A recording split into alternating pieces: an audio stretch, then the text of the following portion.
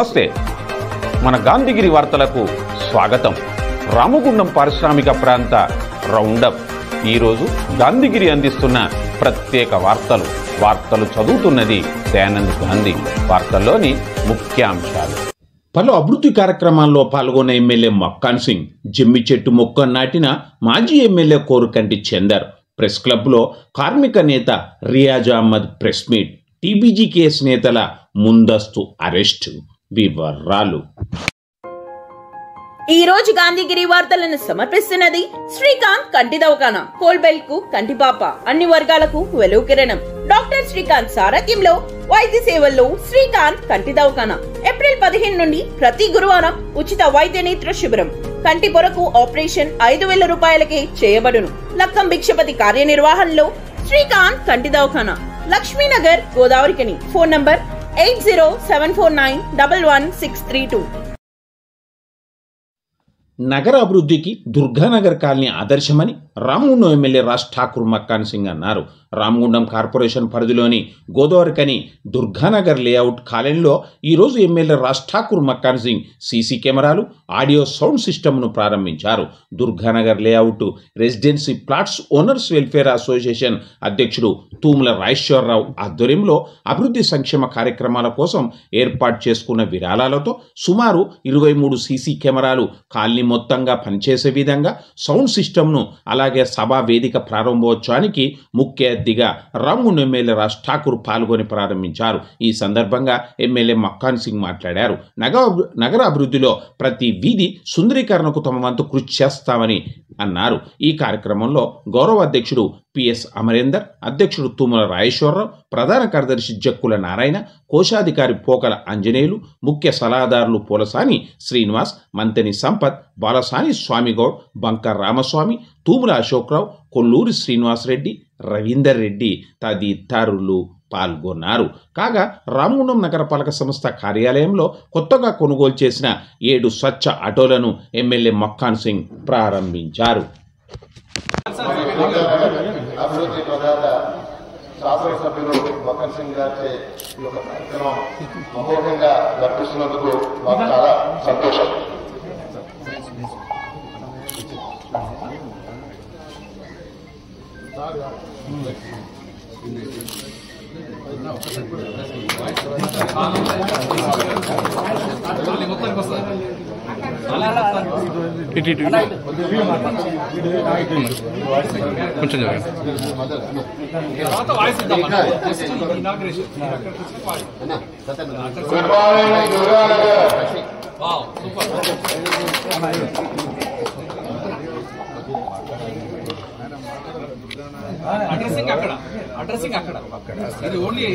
కొంచెం చేసుకున్నాం. భద్రతా దృష్ట్యా, సెక్యూరిటీ దృష్ట్యా, అలాగే ఆడియో సిస్టమ్ అంటే కాలనీ మొత్తానికి ఒక అవేర్నెస్ లాగా, ఒక సంస్కృతి ప్రతిబింబించేలాగా ఆడియో సిస్టమ్, ఒక 24 స్పీకర్స్ తోటి ఆడియో సిస్టమ్ని ఏర్పాటు చేసుకున్నాం. అలాగే ఈ మండపాన్ని కూడా ఏర్పాటు చేసుకున్నాం. ఒక పోరాటంగా తీసుకొని మరి మన కాలనీ నుంచి ఒక ఎమ్మెల్యేగా ఈ యొక్క రామగుండానికి మన భగవంతుని దయ వల్ల ఎన్నికైన ఈ యొక్క రామగుండాన్ని అత్యద్భుతంగా అనతి కాలంలోనే మరి 5 సంవత్సరాలుగా 10 ఏళ్ళలో చేయాల్సిన పనిని కేవలం 2 సంవత్సరాలు కూడా పూర్తి కాకముందే మరి ఇంత అద్భుతంగా తీర్చిదిద్దినందుకు మనం ఎంతో గర్వపడాలి. ఎందుకంటే అభివృద్ధి అనేది ఎంత చేస్తే ఎంత కష్టం ఉంటుందో తెలుసు. మరి గతంలో జరిగి కని వినని ఎరగని ఒక అభివృద్ధి ఈరోజు జరుగుతుంది. ఇది ఆదర్శవంతమైన కార్యక్రమం. ఒక కెమెరా 100 మంది పోలీసులకు సమానం అని బయట మేము అందరికీ చెప్తా ఉంటాం.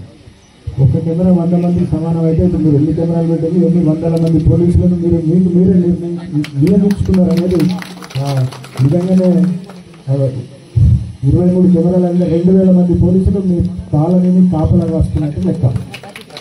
నిజంగానే ఇది చాలా ఆదర్శవంతమైన ప్రోగ్రాం. దీన్ని ప్రోత్సహించినందుకు ఎమ్మెల్యే గారికి మనస్ఫూర్తిగా కృతజ్ఞతలు తెలియజేస్తా ఉన్నాను. కాలనీ వాసులకు కూడా దీన్ని ఒక ముందుండి చూసుకున్న దానికి మీరు మిగతా కాలనీలకు ఆదర్శంగా నిలబడ్డందుకు కృతజ్ఞతలు తెలియజేస్తూ దీన్ని ఇదే విధంగా ఎమ్మెల్యే గారికి మళ్ళీ ఒక రిక్వెస్ట్ అంటే మీరు ఒక మాట చెప్పండి, బలవంతంగా మేము మిగతా కాలనీలలో కూడా దీన్ని ఆదర్శవంతంగా తీసుకుని ఎందుకంటే ఆ సమస్య సమస్య అనేది మనకు ఏది చెప్పిరాదు. ఇప్పుడు కెమెరాలు ఉండడం వల్ల మనకు ఉన్నటువంటి ఈ కాలనీలో ఎవరైనా స్ట్రేంజర్స్ అంటే కొత్త వాళ్ళు వచ్చినా లేకుంటే అనుమానాస్పదంగా కనపడ్డా కానీ ఎవరు ఎప్పుడు చూడరు, మనకు రికార్డ్ అయి ఉంటుంది. దాని వెంటనే మనం ఇమ్మీడియట్గా మేము స్పందించడానికి అవకాశం ఉంటుంది.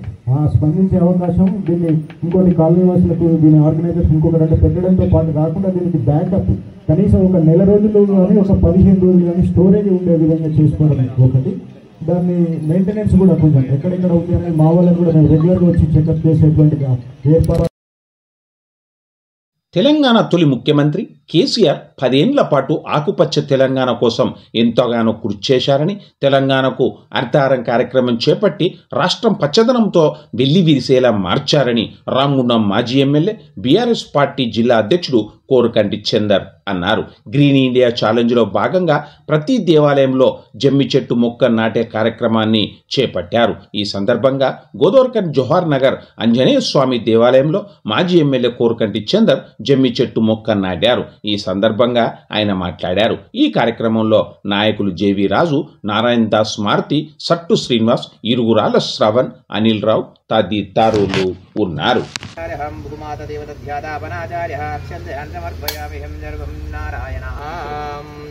వాచనం వరిష్యాయ నమస్తోభ్యోపచార సర్వదేవస్య నమోస్తు దేం దేవిన్యాజమనజాం దేవాస్తాః విశ్వరూపః భగవాన్ దేవీజాయహం విశ్వదేవస్య తాజహం నమో భగవతే నమః.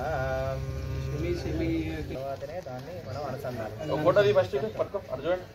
నారాయణం చతుర్భుజాయ నమస్తోభ్యోపచార సర్వదేవస్య प्रतिष्ठापनाचार वृक्षं देवस्य दायहं नमो भगवते नमः. विश्वं देवादिदेवतस्यायाम्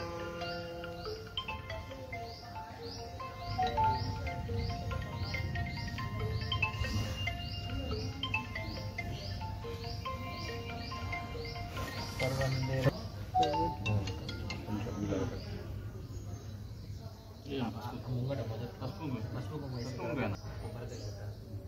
నీళ్ళు పోయేదా ఆ నీళ్ళతో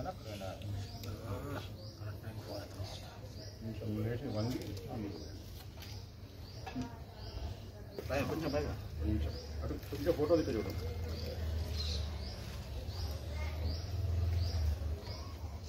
గౌరవనీయులు తెలంగాణ ఉద్యమ మహానాయకులు, తెలంగాణ తొలి ముఖ్యమంత్రి వర్యులు, తెలంగాణ అభివృద్ధి ప్రదాత, తెలంగాణ రాష్ట్రాన్ని పచ్చదనంతో వెల్లివిరిసేటువంటి విధంగా తెలంగాణకు హరితహారం అనేటువంటి గొప్ప కార్యక్రమానికి శ్రీకారం చుట్టినటువంటి సందర్భంలో తెలంగాణ రాష్ట్రంలో ఉన్నటువంటి ప్రతి ఒక్కరు కూడా మొక్కలు నాటాలి, వాటిని పరిరక్షించాలనేటువంటి కేసీఆర్ గారి ఆలోచనలను అందిపుచ్చుకొని మాజీ రాజ్యసభ సభ్యులు, గ్రీన్ ఇండియా ఛాలెంజ్ వ్యవస్థాపకులు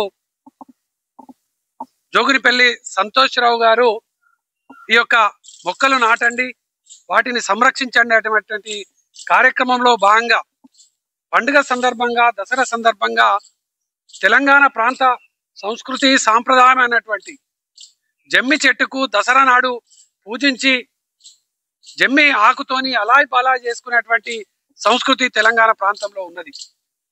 ఈ తెలంగాణ ప్రాంతంలో ఉన్నటువంటి ఈ యొక్క పండుగ, ఈ యొక్క సంస్కృతి, ఈ యొక్క సాంప్రదాయం కనుమరుగవుతున్నటువంటి నేపథ్యంలో గత 5 సంవత్సరాలుగా గ్రీన్ ఇండియా ఛాలెంజ్ వ్యవస్థాపకులు జోగినిపల్లి సంతోష్రావు అన్న గారు ఈ యొక్క జమ్మి చెట్లను నాటాలి, వాటిని సంరక్షించుకోవాలి, దసరా నాడు పండుగ జరుపుకోవాలనేటువంటి సంకల్పంతో చేసినటువంటి కార్యక్రమంలో భాగంగా ఈరోజు రామగుండం నియోజకవర్గంలో ప్రతి గుడిలో, ప్రతి వాడలో జమ్మి చెట్టును నాటేటువంటి కార్యక్రమానికి శ్రీకారం చుట్టినాం. దాంట్లో భాగంగా ఈరోజు ఈ యొక్క జవహర్ నగర్ లో జేవిరాజు గారి డివిజన్ లో ఈ యొక్క జమ్మి చెట్టును నాటడంతో పాటు ఇక్కడ ఉన్నటువంటి వాళ్ళందరికీ కూడా మన సాంప్రదాయాన్ని కాపాడండి, మన సంస్కృతిని కాపాడండి అని తెలియజెప్పేటువంటి విధంగా కార్యక్రమాన్ని తీసుకోవడం జరిగింది. ప్రత్యేకంగా ఇంత గొప్ప కార్యక్రమాన్ని చేపడుతున్నటువంటి గ్రీన్ ఇండియా ఛాలెంజ్ వ్యవస్థాపకులు, అదేవిధంగా జమ్మి చెట్టును తెలంగాణ ప్రాంతంలో ప్రతి ఒక్కరికి పంపిణీ చేస్తున్నటువంటి జోగినిపల్లి సంతోష్రావు అన్న గారికి ప్రత్యేకంగా ఈ సందర్భంగా కృతజ్ఞతలు, అభినందనలు తెలియజేస్తా ఉన్నాం. ముందుకు సాగి తెలంగాణ రాష్ట్రాన్ని పచ్చని తెలంగాణ దిశగా ముందుకు సాగించారు. అదే అడుగుజాడల్లో గ్రీన్ ఇండియా ఛాలెంజ్ వ్యవస్థాపకులు మాజీ రాజ్యసభ సభ్యులు జోగినపల్లి సంతోష్ కుమార్ గారు గ్రీన్ ఇండియా ఛాలెంజ్ పేరుతో దాదాపుగా కోట్లాది మొక్కలు నాటి ఈరోజు మన తెలంగాణ రాష్ట్రాన్ని గ్రీనరీ పర్సంటేజ్ పెంచే దిశగా పనిచేయడం జరిగింది. అందులోనే భాగంగా మొక్కలు నాటే కార్యక్రమంలో భాగంగా ప్రతి గుళ్ళో కూడా ఈరోజు అంతరించిపోతున్న చెట్లు ఏదైతే జమ్మి చెట్లు ఉన్నాయో మనకి ఎక్కడ కనబడే పరిస్థితి లేదు.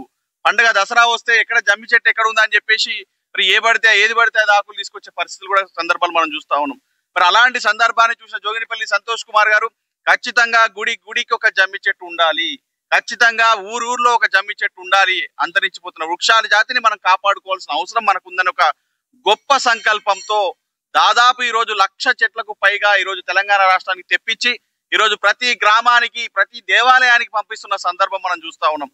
సింగరేణిలో కార్మికుల సమస్యలను పరిష్కరించడంలో రాష్ట్ర ప్రభుత్వం యాజమాన్యం వైఫల్యం చెందడం వల్లనే ఏటీసీ సింగరేణి వ్యాప్తంగా అన్ని జనరల్ మేనేజర్ కార్యాలయాల వద్ద ఆందోళనకు పిలుపు ఇవ్వడం జరిగిందని ATC Singareni colonies workers union ఉప ప్రధాన కార్యదర్శి మడ్డి ఎల్లాగౌడ్, బ్రాంచ్ కార్యదర్శి ఆర్ఎల్ఈ పోషం పేర్కొన్నారు. ఈరోజు సింగరేణి ఆర్జీవన్ ఏరియాలోని జీడీకే 2A ఇంక్లైన్లలో జరిగిన గేట్ మీటింగ్లో వారు మాట్లాడారు. ఈ సమావేశంలో ఏటీసీ నాయకులు రంగు శ్రీనివాస్, సయ్యద్ సోయల్, ఎంఏ గౌస్, పి రవి, పొన్యాల వెంకటయ్య, కారంపూడి వెంకన్న, అజీం పాషా, పర్లపల్లి రామస్వామి పెట్టే ముందు వాస్తవాలు తెలుసుకొని పెడితే చాలా మంచిది. ఎందుకంటే కార్మికులకు ఎవరైనా కానీ నిజం చెప్పాలి. సింగరేణి కార్మికులు కష్టపడి చేసే వారికి అబద్ధం చెప్పకూడదు అనేది చెప్పి మేము పదే చెప్తున్నాం. ఏదైనా ముక్కుసూటిగా దానిలో ఏం జరిగిందో అది చెప్పడం అది యూనియన్ బాధ్యత, యూనియన్ నాయకుల లక్షణాలు. కానీ ఎవరేమంటారు, మాట్లాడితే అధికారం లేదు. ఎందుకు లేదు? ఇలా మారుపేర్లు అంటే ప్రభుత్వ ఆధీనంలో ఉంటాయి. దీన్ని మారుపేరు అంటే మీకు తెలుసు కదా అందరికీ. కాబట్టి దీన్ని ఏదంటే గెస్ట్ ఇవ్వాలి. మన అడ్వకేట్ జనరల్ దగ్గరికి దాన్ని ఓపెన్ పంపిస్తారు. దాన్ని ఎవరు అడ్వకేట్ జనరల్ ఎవరు ఆధ్వర్యం ఉన్నటువంటి ప్రభుత్వ ఆధ్వర్యం. ఆ ప్రభుత్వం అంటే ఎవరు? ఇలా కాంగ్రెస్ ప్రభుత్వం, మరి ఎవరో ఉప ముఖ్యమంత్రి, మంత్రులు, ఏదో కార్మిక మంత్రులు, ఏదో వాళ్ళు అడ్వకేట్ జనరల్ దగ్గర కూర్చుని ఏ విధంగానైతే మనకు రేపు మార్చే అవకాశం ఉంటుందో దాన్ని లీగల్ గా మార్చాలని చెప్పి ఉద్దేశంతో అక్కడ వాళ్ళు ఫైల్ పెట్టడం జరిగింది. ఏం కాలేదు, లేకపోతే ఇది మన డిస్మిసల్ ఏం కాలేదు, ఈ లాభాల వాట ఏం కాలేదంటే నాయన మేము ఒకటే చెప్తున్నాం. ఈ లాభాల వాట పుట్టించింది ఎవరు? దీపాలు బోనస్ అగ్రిమెంట్ చేసింది ఎవరు? ఇవన్నీ చేసుకొచ్చింది ఏఐటీసీ కదా. ఏఐటీసీకి మీరు మాకు సజెషన్ తీసుకుంటాం. ఎప్పుడు తీసుకుంటాం? విధి లేని పరిస్థితులలో, అక్కడ చేయలేని పరిస్థితులలో ఖచ్చితంగా దాన్ని అమలు చేయడానికి అన్ని యూనియన్లను, కార్మిక వర్గాన్ని ఏకం చేసి వాళ్ళు హక్కులు సాధించిన చరిత్ర ఏఐటీసీ. సింగరేణి లాభాలను వెంటనే ప్రకటించాలని హైదరాబాద్లోని సింగరేణి సిఎండిని కలిసి విజ్ఞాపనపత్రం అందజేయడానికి వెళ్లడానికి సిద్ధమవుతున్న టీబీజీకేఎస్ ముఖ్య నాయకులను పోలీసులు ముందస్తుగా ఈరోజు ఉదయం అదుపులోకి తీసుకున్నారు. రాష్ట్ర వర్కింగ్ ప్రెసిడెంట్ మాదాసి రామ్మూర్తి, నాయకులు వడ్డెపల్లి శంకర్, చెల్పూరి సతీష్, పోలాడి శ్రీనివాసరావులను 1 టౌన్ పోలీస్ స్టేషన్లో ఉంచారు. RG2 vice president Aili శ్రీనివాస్ను 2 town police స్టేషన్లో ముందస్తుగా అరెస్టు చేసి ఉంచారు. పోలీసులు ఈ ముందస్తు అరెస్టు అప్రజాస్వామికమని టీబీజీకేఎస్ నాయకులు పేర్కొన్నారు. కాగా గోదావరిఖని టీబీజీకేఎస్ నాయకులను అరెస్ట్ చేసిన విషయం తెలుసుకుని గోదావరిఖని 1 టౌన్ పోలీస్ స్టేషన్లో టీబీజీకేఎస్ నాయకులను బీఆర్ఎస్ పార్టీ రాష్ట్ర నాయకుడు, కార్మిక నేత కౌశిక హరి ఈ రోజు కలిశారు. కాంగ్రెస్ ప్రభుత్వ హయాంలో ప్రభుత్వం ప్రజాస్వామ్యాన్ని కూని అయిందన్న నిదర్శనమే తెలంగాణ బొగ్గని కార్మిక సంఘ నాయకుల అక్రమ అరెస్టు. ఇవాళ లాభాల వాటా ఇవ్వాలని సింగరేణి కార్మికులు తమ రక్తాన్ని చెమటగా మార్చి సాధించిన ఉత్పత్తి మీద ఏం జరుగుతుందో తెలుసుకోవాలని, ఈ పోయిన సంవత్సరం ఎంత ఉత్పత్తి జరిగిన దానికి వ్యాపారం ఎంత జరిగింది, అలా లాభం ఎంత నష్టం ఎంత చెప్పమని అడగడానికి చైర్మన్ కలవడానికి వెళ్తానన్నందుకే ఇవాళ ప్రభుత్వం మొత్తంగా తెలంగాణ బొగ్గని కార్మిక సంఘం నాయకులను అరెస్ట్ చేయిస్తా ఉన్నది. ఇప్పటికే RG2 వైస్ ప్రెసిడెంట్ అరెస్ట్ చేశారు, Aili శ్రీనివాసును, RG1 vice president arrest చేశారు. ఇప్పుడు నన్ను అదుపులో తీసుకుంటారు. ఇది ప్రజాస్వామ్యానికే తీవ్రమైనటువంటి మచ్చ. దీన్ని తెలంగాణ బొగ్గని కార్మిక సంఘం, తెలంగాణ ఉద్యమకారులు, తెలంగాణ ప్రజలు తీవ్రంగా ఖండించాలని సందర్భంగా విజ్ఞప్తి చేస్తా ఉన్నాం.